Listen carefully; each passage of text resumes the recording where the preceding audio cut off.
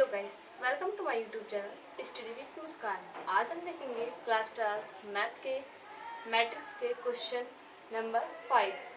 इसके आगे का मैं करवा चुकी हूँ, प्लेलिस्ट में जाके आप देख सकते हैं। अब क्वेश्चन नंबर 6 देखते हैं। क्वेश्चन नंबर 5 तक मैंने करवा दी, क्वेश्चन नंबर 6 देखते हैं। क्वेश्चन नंबर 6 क्या कह रहा है?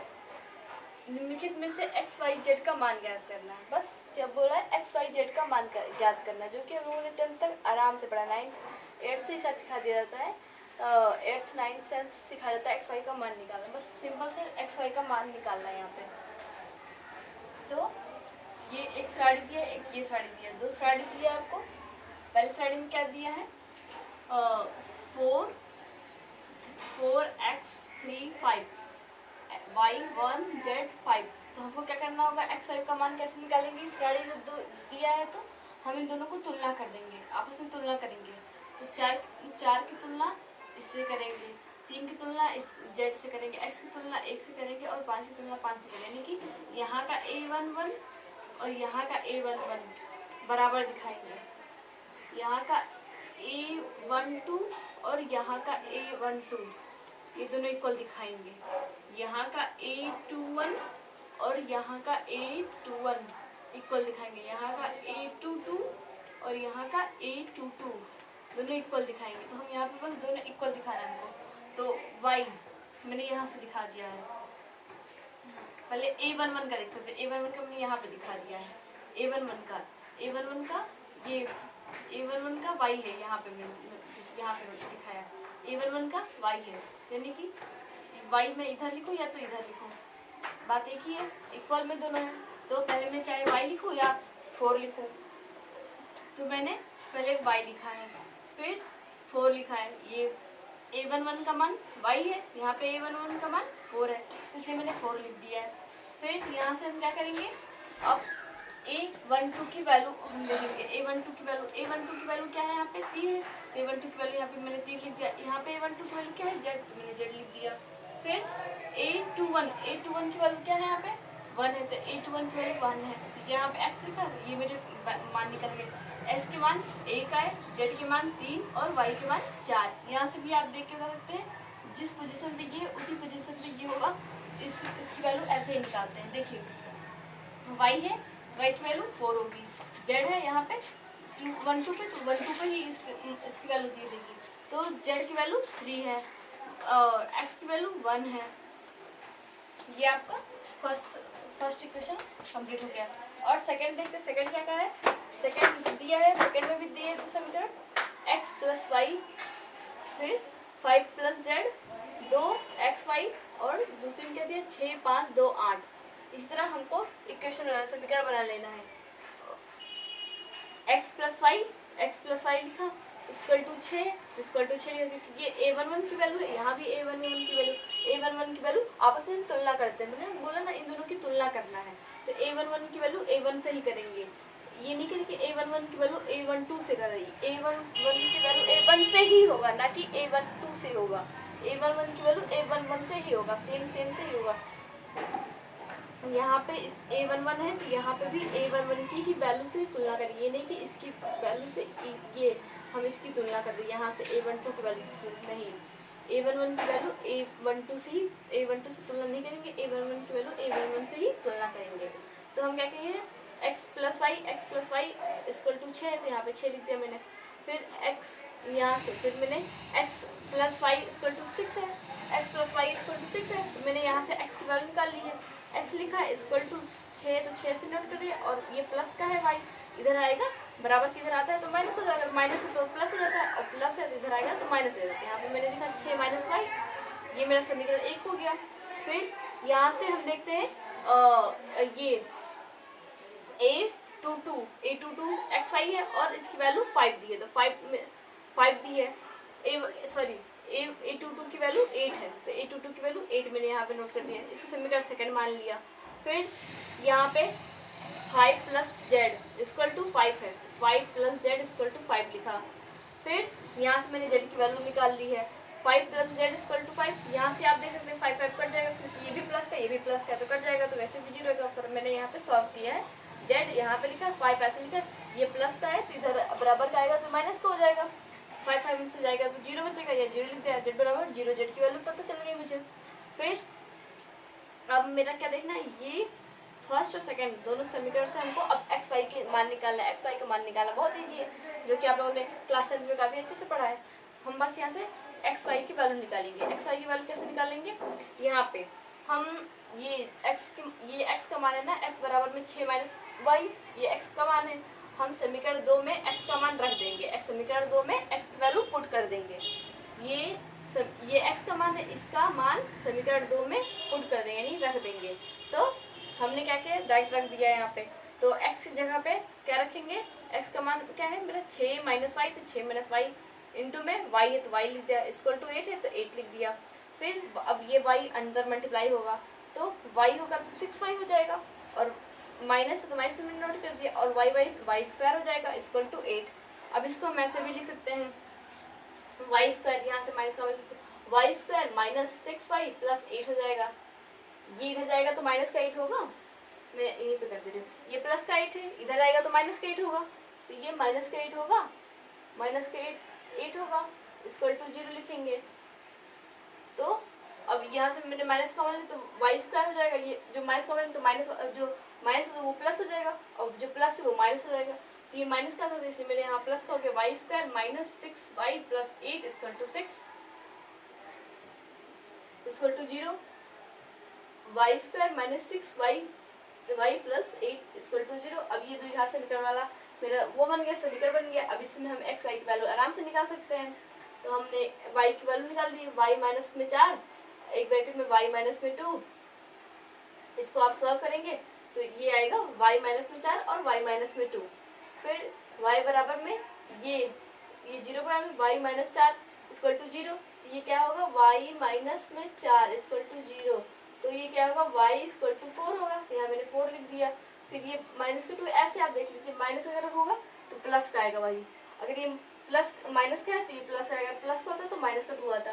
बस यहाँ से मैंने y का मान निकाल लिया, और y का मान निकाल लिया। फिर यहाँ से हमको x y z तीनों के मान निकाले ना यहाँ पे समीकरण 2 में, तो हम क्या करेंगे, y इक्वल टू 4, यहाँ पे 4 लिखा है, तो x इक्वल टू 2 आया। कैसे 2 आया, ये जो समीकरण मैंने 1 माना था, समीकरण 1 में y की वैल्यू पुट करते हैं, समीकरण 1 में y की वैल्यू पुट करते हैं, तो 4 है, y की वैल्यू 4, यहाँ पे 4 रखेंगे तो क्या आएगा, x प्लस 4 इक्वल टू 6, तो x प्लस x और ये 4 प्लस का इधर आएगा तो माइनस का, तो 6 में से 4 जाएगा तो कितना बचेगा, 6 में से 4 जाएगा तो मेरा 2 बचेगा, तो यहाँ पे 2 आया। फिर y बराबर जो हम 2 रख रहे हैं, y बराबर 2 रख रहे हैं, यहाँ से दो वैल्यू आई ना y की, जब हम y बराबर 2 रखते हैं, y बराबर 2 रखेंगे यहाँ पे, तो यहाँ पे 2 रखेंगे, ये 2 इधर आएगा तो माइनस का, 6 में से 2 जाएगा तो 4 बचेगा, इसलिए मैं यहाँ पे 4 लिखा, यहाँ पे लिखे ना y बराबर में 4 हो तो x बराबर 2, या y बराबर 2 तो x बराबर 4। अब यहाँ पे हम डायरेक्ट आंसर लिख देंगे, x equal to 2, y equal to 4, z equal to 0, या x equal to 4, y equal to 2 और z इक्वल टू 0।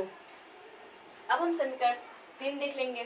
जैसे समीकरण 1 2 देखा, 1 देखा, ऐसे सेम समीकरण 1 में तो कोई प्रॉब्लम होगा नहीं, क्योंकि इसमें डायरेक्ट देख के नोट कर देना। समीकरण 2 फिर से बता दे रही हूँ, और ये इससे इसकी तुलना होगी, इसकी तुलना इससे होगी, इसकी तुलना इससे होगी, इसकी तुलना इससे होगी, हमने यहाँ पे लिख दिया। फिर समीकरण ये इससे मैंने x की वैल्यू यहाँ से मैंने x की वैल्यू निकाल ली, सिंपल सा, कुछ नहीं किया, x इधर रखा और y को उधर भेज दिया। फिर x y ऐसे दिया है, मैंने यहाँ से नोट कर लिया, ये इसकी इससे तुलना कर ली, समीकरण 2 मान लिया। फिर ये दिया, इसको इससे तुलना किए, यहाँ से z का मान निकल गया 0, 5 5 कट जाएगा, 0 बचेगा। फिर समीकरण 2 में x का मान रख दिया, जो समीकरण 2 मेरा है एक्स वाई इक्वल टू 8 है, तो एक्स वाई इक्वल टू 8 है, एक्स वाई इक्वल टू 8 में हमको x की वैल्यू पुट कर देनी है, मैंने x की वैल्यू पुट कर दी है यहाँ पे।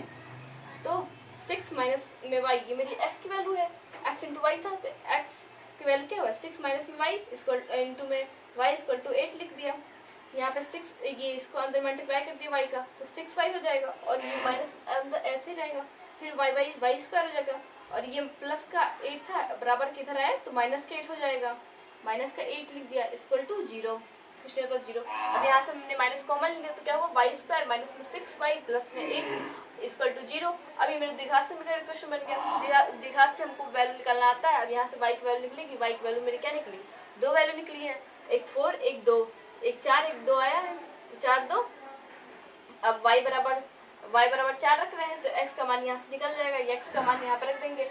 यहाँ इसको मान लेते हैं समीकरण 3 मान लेते हैं। तो समीकरण 3 में हम जब y की वैल्यू पुट करेंगे तो हम मुझे समीकरण x का मान निकल जाएगा। समीकरण जब हम y की वैल्यू यहाँ दोनों इसमें रखेंगे तो हमको x की वैल्यू प्राप्त हो जाएगी। मैंने यहाँ पे रख के डायरेक्ट मैंने लिख दिया है y बराबर 4 तो x बराबर 2, या y बराबर 2 तो x बराबर 4। फिर ये दोनों मैंने लिख दिया है। फिर अब समीकरण 3 देख लेते हैं। समीकरण 3 में भी कुछ नहीं है, ऐसे ही है। x plus y plus z, यहाँ पे 9 दिया है, इसको इससे तुलना करेंगे। ये एक समीकरण, ये दूसरा समीकरण है। x प्लस जेड का 5 से तुलना करेंगे, y प्लस जेड का 7 से तुलना करेंगे।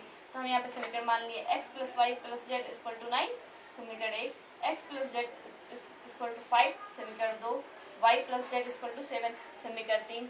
अब इस तीनों समीकरण को सॉल्व करके x y z का मान निकाल देना, जो कि हमने क्लास 10 से पढ़ते आए। तो ये आप कर लेंगे। x y z की मान निकाल के मुझे कमेंट्स में बताएंगे कितना आया, नोट कर लीजिए तब तक।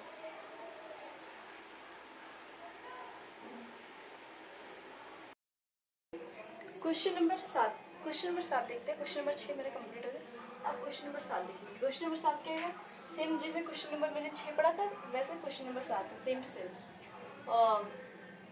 क्वेश्चन नंबर 7 समीकरण 2 श्रेणी 2 दिए हैं, बोला है ABCD के मान ज्ञात करना है, ठीक है। फिर यहाँ से सेम वही काम है, एक दूसरे से तुलना करना। इसका इससे तुलना करेंगे, इसका इससे, और इसका इससे, और इसका इससे। मैंने तुलना करके समीकरण बना दिया। समीकरण 1, समीकरण 2, समीकरण 3, समीकरण 4, समीकरण 4 मैंने बना लिया है। फिर समीकरण 1 माइनस समीकरण 2, समीकरण 1 माइनस समीकरण 2 कर दिया है। a minus b equal to minus में a इक्वल टू माइनस में b। तो आप पहले इसको देखिए, समीकरण 1 या माइनस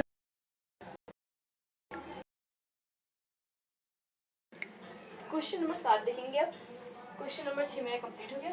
जैसे क्वेश्चन नंबर 6 था, सेम क्वेश्चन नंबर 7 भी वैसा ही है। मेरे 2 साड़ी दे दिए हुए, ABCD के मान पूछा है। तो ABCD के मान पूछा तो मैंने क्या किया है, इन दोनों की तुलना कर दी है। तो a माइनस में b का -1 होगा, इससे तुलना किया, समीकरण 1 मान लिया। फिर समीकरण 2 भी मैं यहाँ से इसे तुलना किया, इसको टू 0 लिख दिया। समीकरण 3 भी लिख दिया यहाँ से, इसको ऐसे किया, समीकरण मेरा 3 हो गया। फिर समीकरण 4 भी मैंने ऐसे नोट कर दिया।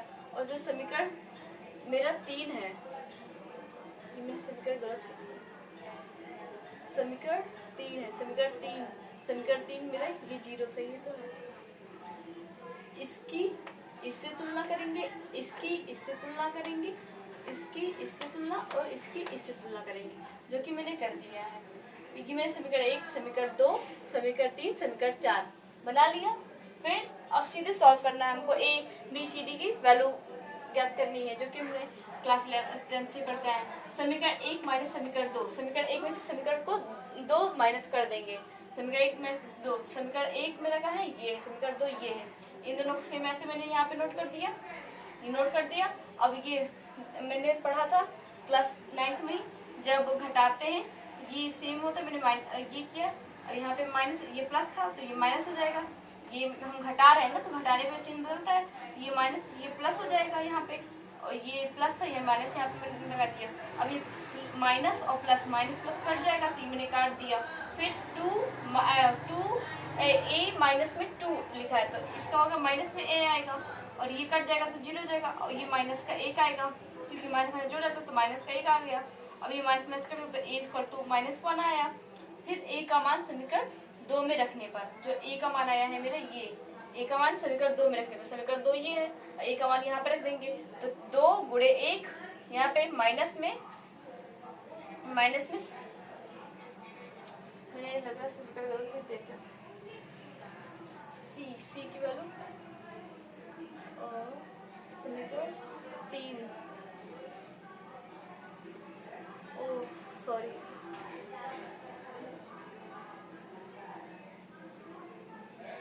एक मिनट, ये मेरा समीकरण 1 हो गया। समीकरण 2 ये मैंने यहाँ पे बस गलती सही लिखा प्लस सी, ये समीकरण 3 मैंने सही लिखा था यहाँ पे। समीकरण 3 मेरा क्या होगा, 2a माइनस बी, अब सही हो गया। समीकरण 3 फिर से मैच कर लेते हैं। समीकरण 1 ये है -1 सही। समीकरण 2 ये होना चाहिए 5 है।